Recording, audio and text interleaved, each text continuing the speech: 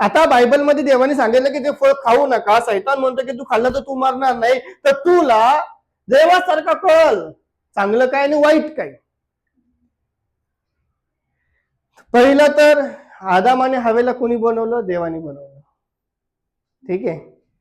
आदाम आणि हवेला कोणी बनवलं? देवाने बनवलं. आदाम, हवा आणि देव.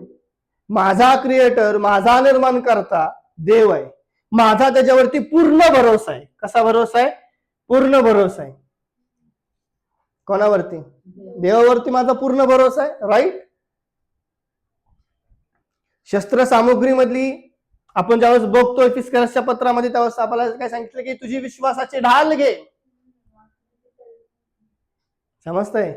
आणि सैतानाने पहिला घाव कुठं घातला? शंका टाकून विश्वासावरती. काय कसं टाकला? पहिला तो म्हणला की तू मरणार नाही तर तू देवासारखं बनशील.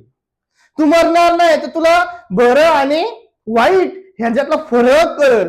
काय ते गरजेचं होतं कळलं?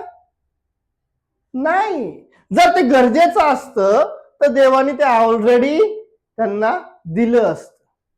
समजतंय? समजतंय? तर सैतानाने पहिला त्यांच्या विश्वासामध्ये शंका निर्माण करून विश्वास तोडला. कोणावरचा? देवावरचा. पहिली गोष्ट इथं काय, ज्यावेळेस डेव्हिल आपल्या लाईफ मध्ये काम करतो त्यावेळेस तो लय पेशन्स, एवढे पेशन्स मनुष्यामध्ये पण नाही तो.